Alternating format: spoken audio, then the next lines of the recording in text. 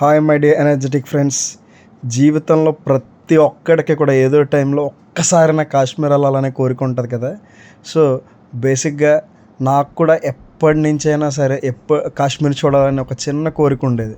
So మొత్తానికైతే ఈ నెల ప్రత్యేకించి జాన్లో మంచు కోసం అయితే వెళ్ళడం జరిగింది. ఇప్పుడు మీరైతే చూస్తున్నారు దాల్ లేక్. వాహ్, అసలు నిజంగా మైండ్ బ్లోయింగ్ విజువల్స్. అసలు నా జీవితంలో ఫస్ట్ టైం ఒక సీనరీని రియల్ టైంలో చూస్తున్న ఫీలింగ్ కలిగింది.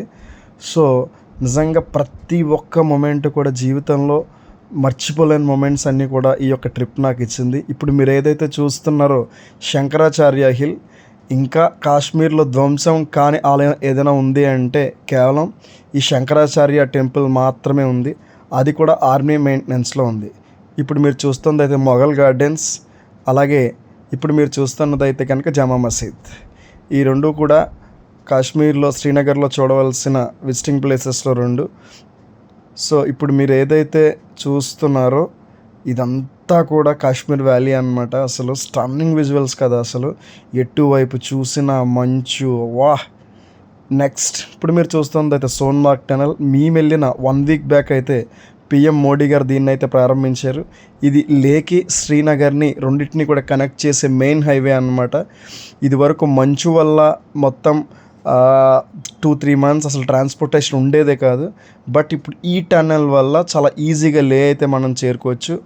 ఇప్పుడు మీరు చూస్తున్న విజువల్స్ అన్నీ కూడా ఆ యొక్క సోన్మార్గ్ టన్నెల్ దాటాక అసలు ఆ సోన్మార్గ్ మౌంటైన్స్ ఉంటాయి. అసలు బ్యూటిఫుల్ అంటే బ్యూటిఫుల్ అనమాట. ఒక చిన్న కప్పులో ఒక వెనిలా ఐస్ క్రీమ్ని పెట్టుకుని చూస్తే ఎలా ఉంటుందో సేమ్ అలాగే ఉందన్నమాట. నిజంగా ఆ మంచు కొండల్లో చలికి వణుకుతూ, వా, నిజంగా ఇటువంటి విజువల్స్ చూడాలంటే డబ్బులు తగలేసుకున్నా పర్లేదు అని ఫస్ట్ టైం అట్టుగా అనిపిస్తుంది. లాస్ట్ డే ఏమనిపించింది అని అడగండి.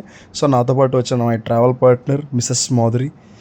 సో ఇప్పుడు మీరు చూస్తుందంతా కూడా సోన్మార్గ్ అన్నమాట. నిజంగా ఎక్స్ట్రాడినరీ అంటే ఎక్స్ట్రాడినరీ విజువల్స్. అద్భుతమైన అడవి తెల్లని చీర కప్పుకున్నట్టు ఉంది కదా నిజంగా. సో ఇదైతే కనుక సోన్మార్గ్ నుంచి రిటర్న్ వస్తున్నప్పుడు తీసిన వీడియో. అప్పుడే ఐస్ అంతా కూడా కరిగి ఫ్లో అవుతుంది. నిజంగా చాలా బాగుంది. సింధ్ రివర్ అనుకుంటా, నాకు తెలుసు అది సింధ్ రివర్. సో యాక్చువల్గా మేము ప్యాకేజ్ తీసుకున్నాం. ప్యాకేజ్లో మాకేంటంటే ఈ యొక్క దాల్ లేక్లో రైడ్ కూడా ఇంక్లూడెడ్. కానీ మాకు ఎందుకో నచ్చక మేము సపరేట్గా సెకండ్ డే ఈవినింగ్ అయితే తీసుకున్నాం. ఇప్పుడు మీరు చూస్తున్న విజువల్ అంతా కూడా గుల్మార్గ్, అంటే కేబుల్ కార్స్ ద్వారా గుల్మార్గ్ మౌంటైన్స్కి మనం చేరుకోవాలి అంటే కనుక సో ముందుగా మనం టికెట్ అయితే అడ్వాన్స్గా బుక్ చేసుకోవాలి. సో ఇప్పుడు మీరు చూస్తున్నదంతా కూడా గుల్మార్గ్ కేబుల్ కార్స్. ఒకటి మీరు నడిచైనా వెళ్ళొచ్చు, లేదు అంటే స్లెడ్జెస్ అని చెప్పి చెక్కలు ఉంటే దాని మీదైనా మిమ్మల్ని తీసుకెళ్తారు. 3 ఆప్షన్ ఏంటంటే కనుక ఇలా కేబుల్ కార్స్ ద్వారా వెళ్ళడం. కానీ మా ఆప్షన్ ఏంటంటే కేబుల్ కార్స్ ద్వారా వెళ్తే మట్టికి కిందకు చూసినప్పుడు విజువల్స్ ఉంటాయి బాబోయ్, నెక్స్ట్ లెవెల్ అంటే నెక్స్ట్ లెవెల్ అనమాట. సో అలా 2 days మా ట్రిప్ కంప్లీట్ చేసుకుని లాస్ట్ డే పెహల్గామ్ అయితే వచ్చేసాం.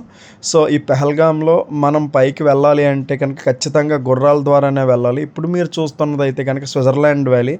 సో బేసిక్గా కాశ్మీర్లో ఇప్పుడు 2 సీజన్స్ ఉంటాయి. ఒకటి స్నో సీజన్, 2 ఏంటంటే స్ప్రింగ్ సీజన్ అనమాట. సో మీరు స్నోని ఎంజాయ్ చేయాలి అంటే కనుక జనవరిలో వెళ్ళాలి.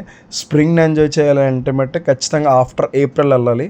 సో ఇప్పుడు మీరు ఏదైతే చూస్తున్నారో అది అమర్నాథ్ వెళ్ళడానికి స్టార్టింగ్ పాయింట్. మొత్తం వెళ్ళే దారిలో మొత్తం అన్నీ కూడా యాపిల్ తోటలే.